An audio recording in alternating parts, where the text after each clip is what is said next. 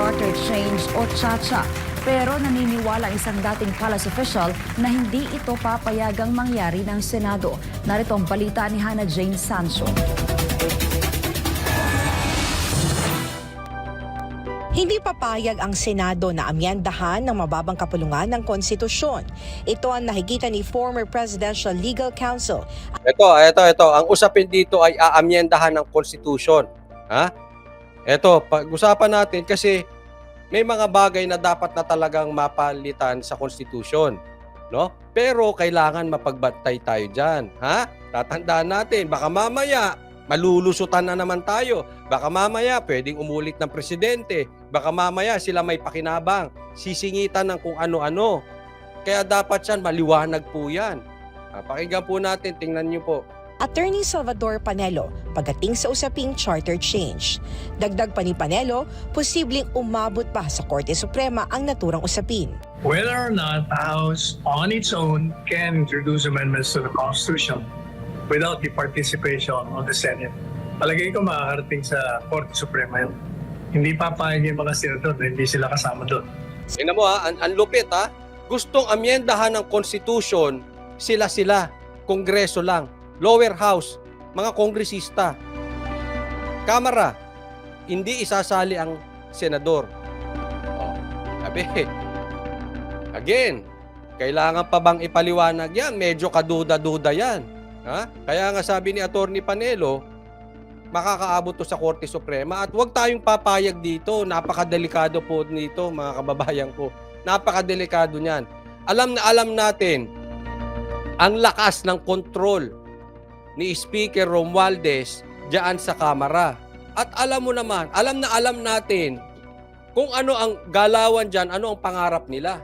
Sakaling maitulak kasi ang parliamentary government, mawawala ng kapangyarihan ang Vice Presidente. At tangi ang mahahalal na punong ministro o Prime Minister lang ang mamumuno sa bansa. Kailangan baguhin mo. Pasensya na po na-allergy ako eh. Ito nakakatakot dyan. Maaalisan ng kapangyarihan si BP Sara. Ito na po ang nakakatakot dyan. Lumalabas na unti-unti ang plano. Kasi may mga nagsasabi, kung tatanungin nyo ako kung sino ang source ko, yung mga nagko-komentaryo dito. Magbasa na lang kayo, wag nyo na akong tanungin. Okay? Kung ipapatawag nyo kung sino source ko, manood na lang kayo ng live ko at may mga comments na ito ang sinasabi. At tatanungin ko po kayo, mga kongresista. Totoo ba yung mga haka-haka ng mga Pilipino na talagang yung posisyon na yan, hindi na bibitawan? Kasi kung tama po yung mga nagbibigay ng komentaryo dito, abay parang kumukunik. Ang papalitan ng Constitution, tatanggalan ng kapangyarihan ng Vice President, tapos Prime Minister na po. At sino ba maghahalal ng Prime Minister? Sila ang pipili dito. Sino pa ba? I mean, this is so obvious. Sino? Alangan namang ilagay nila dyan si PRRD. Di ba? Sino pa mauupo dyan kung may Prime Minister? Nakakatakot po ito. This is serious. At kung ito ay aamyendahan lang sa lower house, alam natin yung galawan niyan. Napakadelikado. Bagamat hindi nila sinasabi na isasama nila yan, kailangan nakabantay tayo. Alam naman natin ang galawan. Baka mamaya, iba-iba, dami-dami pinapasang babaguhin yung batas. Yung pala, nasingitan na. Wala nang Vice President. Tinamaan na si Sara. Posibleng magkaroon ng second term ang presidente. Hindi natin alam kung nasa plano nila yan. Or, eto na nga, Prime Minister na. Abay, grabe. I mean, are we repeating the history na isinuka na natin?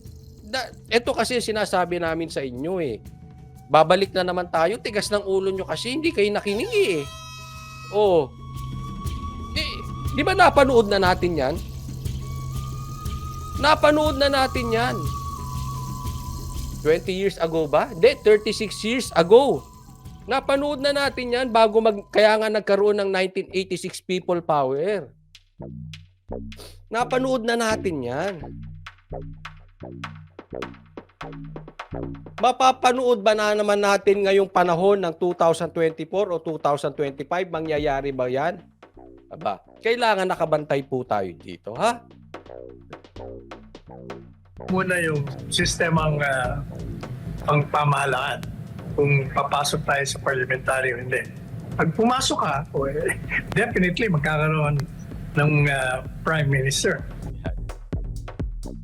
Pag pumasok tayo sa parliamentary, may prime minister. Sino upo dyan? Si Atty. Panelo? Ako? Si Bato ba iupo nila dyan? Si Sara ba? Si Go? O si Marcos? O si Romualdez?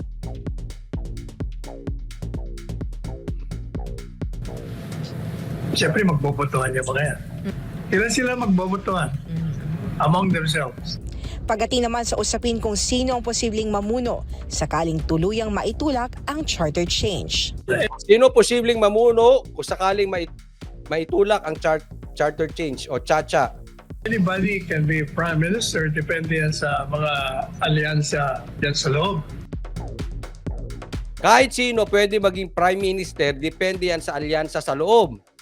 Sino ang may alyansa? Sino may hawak ng Kongreso?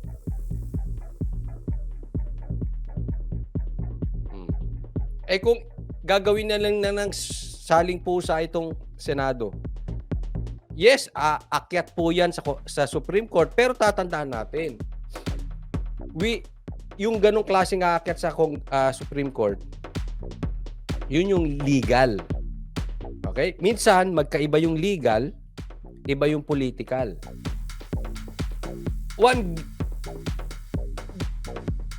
One big example, nangyari lang nakaraan. Yung pagkulong, indefinitely dapat, at pinipilit si Ka Eric i-reveal yung source niya, that is political. Ang legal nun, hindi niya dapat pwedeng i-reveal. Pero sinong nanaig doon? Pinilit nila ng pinilit Nung hindi nila mapilit, kinulong. Kaya, napaka-importante hindi porket hindi legal, hindi nila kayang gawin. Pag nagkampi-kampihan na yan, nakakatakot. Yung mga political groups, sila mag-decide yan. Paramihan. Yan, numbers game na. That's what we're talking about. Paramihan. Numbers game. Alam naman natin. Diyan, sa Kongreso, nagsilipat na. Siyempre, kung sino may budget, siya ang may boses. Sino ba may budget ng bilyon, di umano? Yung sinasabi pa nga natin, diniscuss natin kanina. Yung pondong hindi natin alam kung saan dadalhin. Yan po yung sinabi ni Atty. Panelo. Sino magiging makapangyarihan dyan? Di ba, nagsilipat na nga karamihan, ang malakas ngayon, yung partido ni Romualdez. Hindi man natin sila pagbintangan, posible. Hawak na sa leeg. Sinungaling ka na lang, nagtatanga-tangahan ka na lang, kung sasabihin mo, hindi, ang iupo nila dyan Prime Minister si BP Sara. Dalawa lang yan. Si Marcos o si Romualdez lang yan. Naman yan. Matatanda ang sinabi ni House Speaker Martin Romualdez na nais itong pagtuunan ng pansin ng constitutional amendment sa 2024. Ito anyay upang mabigyang pansin ng economic provisions. Yan, economic provision 2024, yan ang popokusan nila. Ako sana naman ang senador, kaya mga kongreso, ang lower house, ang kamara, mag-focus tayo doon sa yung may pakinabang sa taong bayan. Kasi yung mga huli, saan kayo na-focus? Resolution, inanakit ninyo kay PRRD, kinuhanan nyo ng confidential fund si Sara. Both are political. Ngayon, inaasikaso ninyo? Si Kibuloy, si SMNI, si Ka Eric. Again, another political. Dapat, siguro, asikasuhin din nyo. Total, sinabi naman niya ni Speaker Romualdez na bilang na araw ng mga smugglers. Ba't hindi kayo gumawa ng panukalang batas na mas lalong hihigpitan o magkaroon kayo ng death penalty na lang dan sa mga smugglers? 'Di ba? Yung panukalang batas na makikinabang ang sikmura ng bawat Pilipino. Yung sana magkaroon kayo ng bigyan nyo ng focus, hindi yung politikahan na politikahan, grupo dito, sino malakas, sino kanino kayo kakampi, kanino kayong partido kakampi. Yan ay all shit. Sorry po but puro politika yan Walang kinalaman yan sa pagkain ng mga Pilipino sa pang-araw-araw. Huliin nyo yung mga smuggler, gawa kayo ng batas patungkol sa mga smuggler. Paano masasawata itong mga smuggler para hindi nalulusutan? Higpitan ninyo. Mag-focus kayo dyan. Paano ang pwede nyo magawang batas? Paano bababa ang presyo ng bigas? Ganun. Nang may pakinabang kayo. Yung pakinabang ba? Hindi yung pakinabang sa bawat isa. Yung may pakinabang kayo sa mga Pilipino. Magugunita rin na ilang beses na pag-usapan ng Chacha, ngunit hanggang sa ngayon, hindi pa rin ito naisusulong. Para sa Diyos, Lako. Hindi ko na malaman kung anong nangyayari sa Pilipinas. Wala na tayong kasi sinimulan ang aga-aga ng politika. Ang layo pa ng 2028. But anyway, pinaghahandaan nila yan. Ako hindi magugulat, ha? Baka mamaya wala ng election sa 2028. Prime Minister na lang.